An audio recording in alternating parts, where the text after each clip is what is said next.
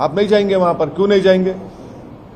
क्यों नहीं जाएंगे वहां पर? आप बताइए, आप ये क्यों, ये क्या हो रहा है? और आप उसके बाप से कह रहे हैं, बाप को दबाव डाल दिए। मैं बात किया वो बच्चे के फादर से, वो बोले कि मुझे आकर कहा गया कि गांव में माहौल खराब हो जाएगा।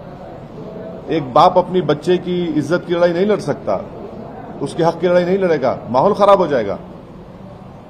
बच्चे को बिठाकर स्कूल में उसको पीटते हैं, वो माहौल जब खराब नहीं हो रहा है। अफसोसनाक बात है, यानी इतनी तकलीफदेह बात है कि छोड़ दीजिए मुसलमान था। कोई पेरेंट्स अगर अपने बच्चों को स्कूल को भिजाते हैं तो टीचर के पास क्यों भिजाते? कि माँ बाप के बाद अगर कोई इन बच्चों को मोल्ड करता है तो टीचर मोल्ड, वो टीचर खुद नफरत पैदा कर रही है और बोल रहे हैं कि नहीं नहीं ये ऐसा होता है। मैं भी स्कूल गया, सबको स्कूल गए कि हमारे किसी को इस तरह के मारा गया, पीटा गया कि तुम्हारा ये समुदाय ताल्लुक है, और फिर उन पर कोई एक्शन नहीं लिया था। बेलेबल सेक्शन लगाते, सेक्शन 75 जुवेनाइल जस्टिस एक्ट के किस लिए इस्तेमाल होगा? National commission for child protection क्या सोते रहेगा? नेशनल ह्यूमन राइट्स कमीशन सोते रहेगा इसमें? और पुलिस क्या एक्शन ले रही है बताइए? पुलिस तो सेटल करा रही है, सेटलमेंट करा रही है खाली पुलिस। वहां पर बाप को दबाव डाल रही है कि तुम कुछ मत करो। वो बच्चा रातों में नींद नहीं आ रही, उसको सो नहीं पा रहा है, क्योंकि वहां पर मुसलमान कमजोर हैं, एग्रीकल्चर लेबरर हैं, इसलिए आप दबाव डाल रहे हैं वहां पर। और पुलिस और सरकार प्रशासन पूरा उनका साथ दे रही है।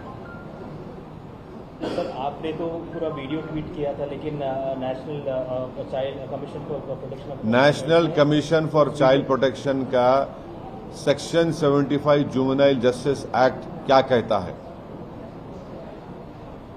राइट टू एजुकेशन का सेक्शन पढ़ लीजिए क्या कहता है। वो टीचर में कोई रिमोर्स नहीं है, कोई रिमोर्स नाम की चीज नहीं है, और पूरा एडमिनिस्ट्रेशन, पूरा उनके लोग, उनकी समुदाय के लोग पूरा उनकी मदद कर रहे हैं। अगर वो बच्चा मुसलमान नहीं होता, कोई और समुदाय का होता या कास्ट का होता तो क्या होता अब तक?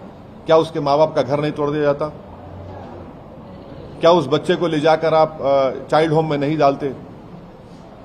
ये इंसाफ नहीं, नाइंसाफी की मिसाल है। यही हो रहा है और यही होता रहेगा।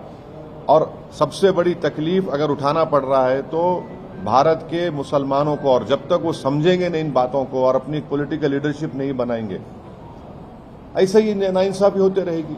फायदा क्या है? सब आके थोड़े दिन मिलेंगे, मगर उस बच्चे की तो मेमोरीज हमेशा के लिए खराब हो गए ना।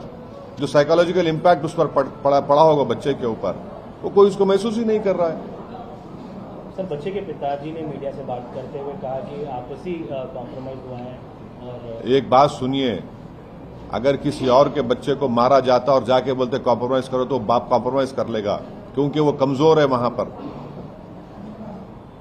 वो एग्रीकल्चर लेबरर हैं, डरे हुए हैं, और उस बाप को मालूम कि योगी की सरकार में मुसलमानों को इंसाफ नहीं मिल सकता। उनको सिर्फ बुलडोजर मिलेगा, या फिर एनकाउंटर मिलेगा, या फिर जेल मिलेगी। आप ये, अरे बाप बोल रहा है तो पुलिस सुन लेगी तो ठीक है, कल से कोई भी किसी भी बच्चे को मारेंगे और फिर बोलेंगे नहीं बाप कंप्लेन नहीं करेगा तो हम एक्शन नहीं लेंगे, मत देंगे, सके होगा क्या?